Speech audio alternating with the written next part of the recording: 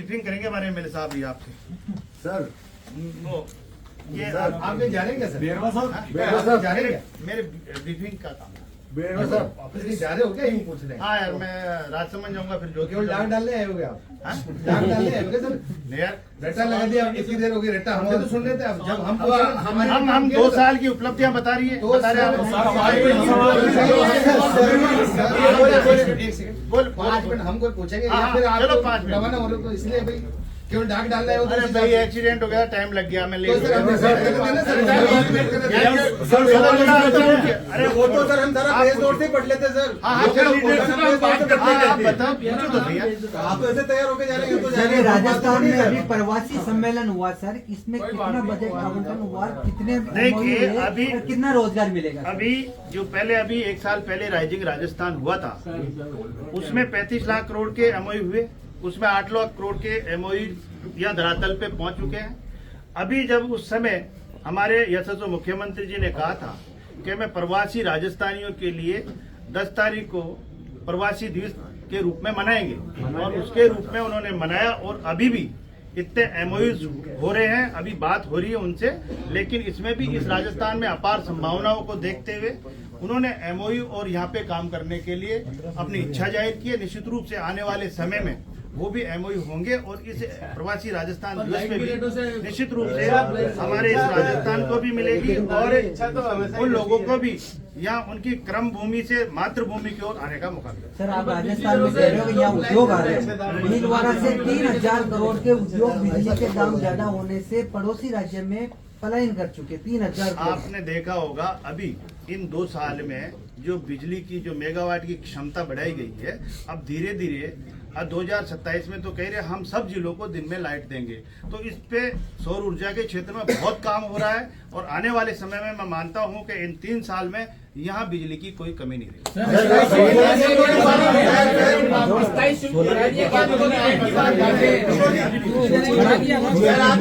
नगर निगम के भ्रष्टाचार के लिए क्या कहेंगे साहब?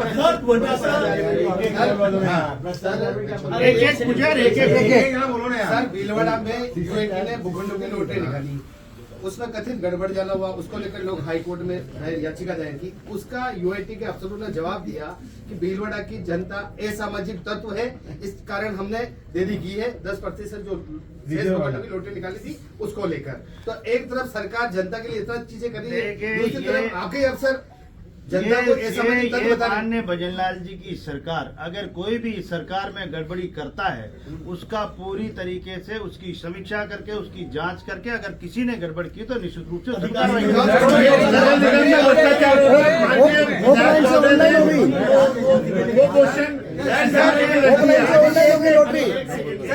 एक आदमी सर अभी तक वो यूआईटी के जो प्लॉट निकलने वाले थे, उसका जो आम जनता का पैसा 90,000 आदमी का पैसा जमा है, उसका क्या भविष्य है सर? मैंने कहा ना, अगर कहीं न कहीं भी गड़बड़ी हुई है तो उसकी जांच की जाएगी, और जांच में अगर कोई दोषी पाएगा निश्चित रूप से गड़बड़ी की जगह पे है, लेकिन 90,000 आदमी का जो पैसा जमा है, क्या पहले तो एक तथ्यात्मक जांच करेंगे ना, तथ्यात्मक जांच में क्या सामने आता है उसके बाद बताएंगे। पेमेंट वापस कर रहे हैं सर, मेरे सवाल का माल लगे पूरे शहर में। एक बोलो, ऐसे मत करो। आपके अफसरों ने भीलवाड़ा की जनता को असामाजिक तत्व बोला है, हाई कोर्ट में जो जवाब पेश किया उसमें, इस पर आप क्या कहेंगे? देखिए, अगर इस तरह का कोई बोला है तो आप तथ्यात्मक मुझे बता दें, मैं यहाँ पे बोला है।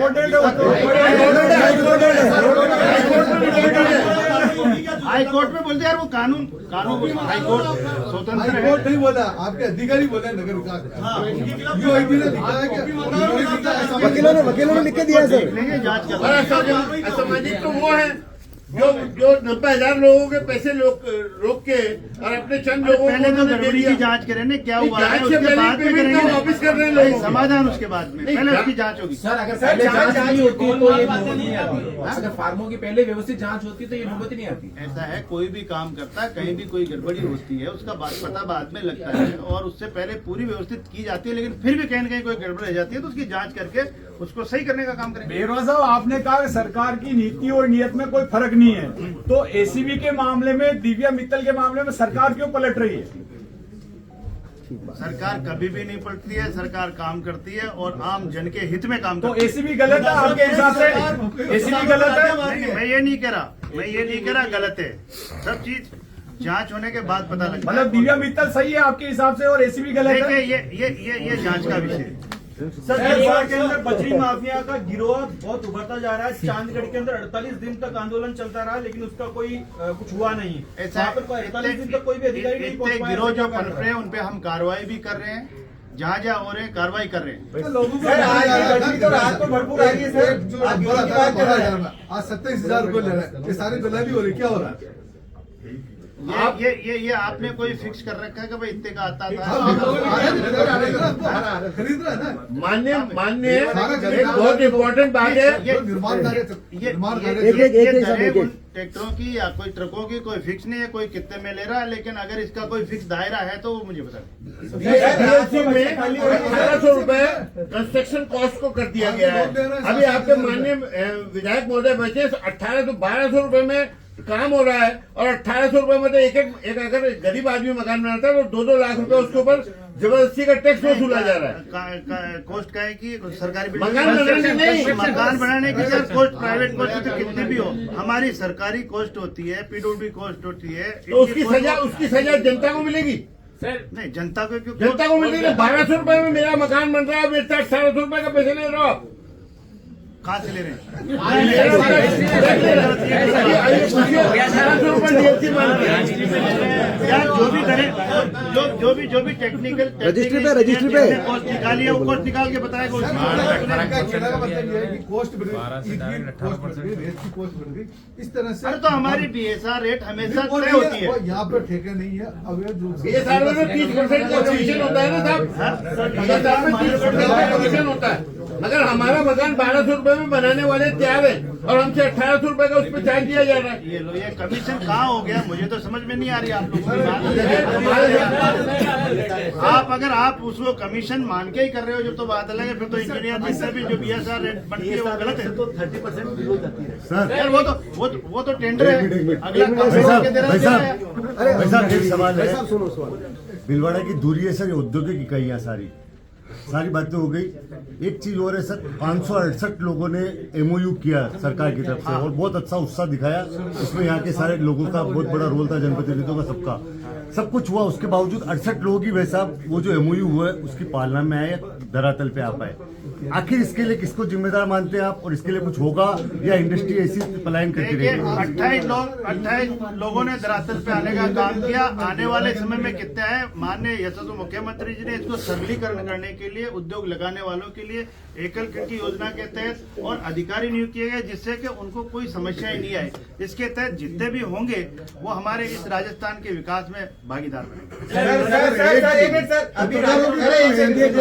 आराम से पत्रकारों की भीलवाड़ा के अंदर कोई अहमियत नहीं, कोई प्रशासन के रूप में 15 अगस्त 26 जनवरी पर कहीं पर भी इनको सम्मान के रूप में नहीं समझा जाता है पिछले 2-3 सालों से। ये 2 साल का जो कार्यक्रम हो रहा है इसमें भी पत्रकारों को याद नहीं किया गया। चलो आपकी प्रोग्राम होगा जब। नहीं, इसमें तो करते साहब ये 8 रुपए का पेन दे दिया, उसकी जगह 400 रुपए का पेन देते तो मालूम तो पड़ता। ये सर पंचायत राज के चुनाव कब होंगे? आपका पूरा सम्मान किया जाएगा। हम पूरा